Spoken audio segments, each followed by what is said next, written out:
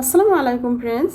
হালকা বৃষ্টি, শীতল হাওয়া, ঠান্ডা ঠান্ডা পরিবেশে মনে চাইলো যে পিঠাটি খেতে, সেই পিঠাটিই তৈরি করলাম। তো এবার চলুন দেখি খুবই টেস্টি অসাধারণ স্বাদের এই পিঠা তৈরি করার জন্য কি কি উপকরণ নিলাম। পিঠা তৈরি করার জন্য সমস্ত উপকরণগুলো এখানে আমি প্রস্তুত করে নিলাম। তো এখানে হাফ কেজি পরিমাণ আতপ চালের গুঁড়ো নিলাম এবং সেদ্ধ চাউলেরও গুঁড়ো নিলাম। এখানে সুজি এবং ঘি নিলাম। এখানে পরিমাণ মতো খেজুরের গুড় নিলাম। এখানে পরিমাণ মতো নারকেল কোরানো নিলাম। এখানে পরিমাণ মতো পাউডার দুধ বা গুঁড়ো দুধ নিলাম, একটু বেশি পরিমাণেই নিলাম। তো এবার চলুন দেখি কিভাবে আমি এই অসাধারণ স্বাদের পিঠাটি তৈরি করলাম। তো প্রথমে আমি হালকা কুমকুম গরম পানির সাথে পরিমাণ মতো বা স্বাদ মতো একটু লবণ দিয়ে চালের গুঁড়িটাকে ভালো করে গুলিয়ে গোলা তৈরি করে নিলাম।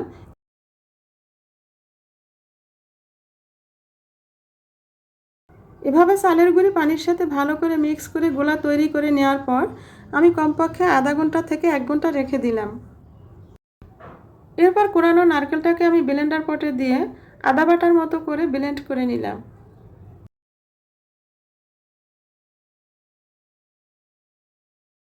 খুব সুন্দর আদা বাটার মতো করে ব্লেন্ড করা হলো।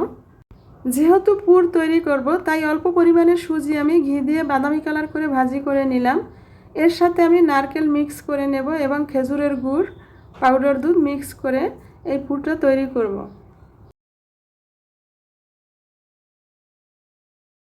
সুজি বাদামি কালার করে ভাজি করা হয়ে গেল। এখন এর মধ্যে আমি 2 টুকরো দারচিনি দিয়ে দিলাম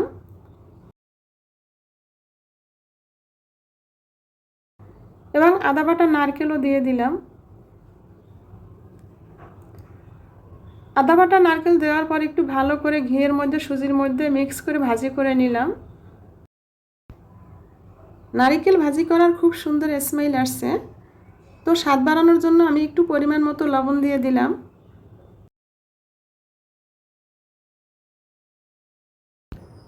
তো সুজি ভাজি করা হয়ে গেল। এখন আমি পরিমাণ মতো একটু পানি দিয়ে দিলাম। পানি দেওয়ার পর একটু ভালো করে নাড়াচাড়া করে নিতে হবে যাতে সুজি দলা পেকে না যায়। তো এখন আমি এর মধ্যে খেজুরের গুড় দিয়ে একটু ভালো করে মিক্স করে নিলাম।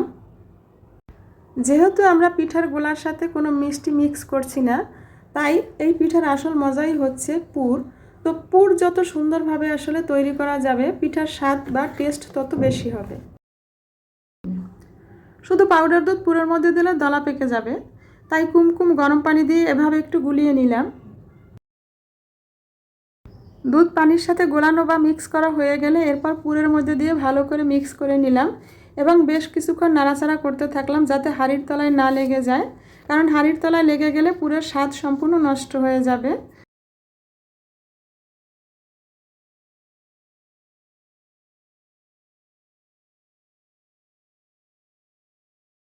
এভাবে চুলার উপর রেখে বেশ কিছুক্ষণ নাড়াচাড়া করে পাতলা পুর ঘন করে নিলাম।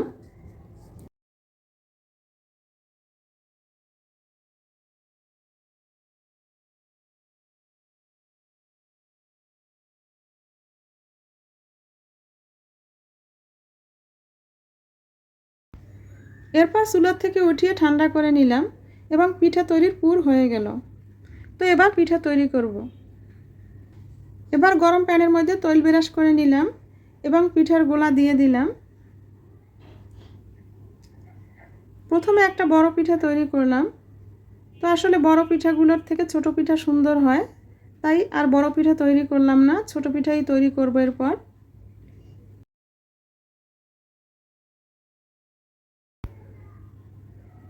আসলে বড় পিঠাগুলো অনেক বড় হয়ে যায়, একটা পিঠা একার খাওয়া সম্ভব হয় না অনেক সময়, আর পুরো অনেক বেশি লাগে। তাই এরপরে আমি ছোট পিঠাগুলোই তৈরি করব। আর ছোট পিঠা দেখতেও খুব সুন্দর হয়, এত বড় একটা পিঠা একা খাওয়া সম্ভব হয় না। তারপরও খুব সুন্দর হয়েছে পিঠা, মাশাআল্লাহ। তো এখন আমি ছোট পিঠার জন্য গোলা দিলাম।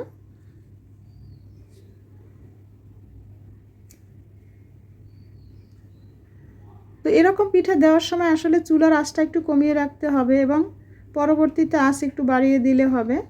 তো এভাবে পুর দিয়ে আমি খুব সুন্দরভাবে পিঠাগুলো এভাবে বটে নিলাম। মাশাআল্লাহ, খুব সুন্দর পিঠা হয়েছে, দেখতেও খুব সুন্দর, খেতেও খুব টেস্ট, মাশাআল্লাহ। তো এভাবে এক এক করে সব পিঠাগুলো আমি তৈরি করে নিলাম।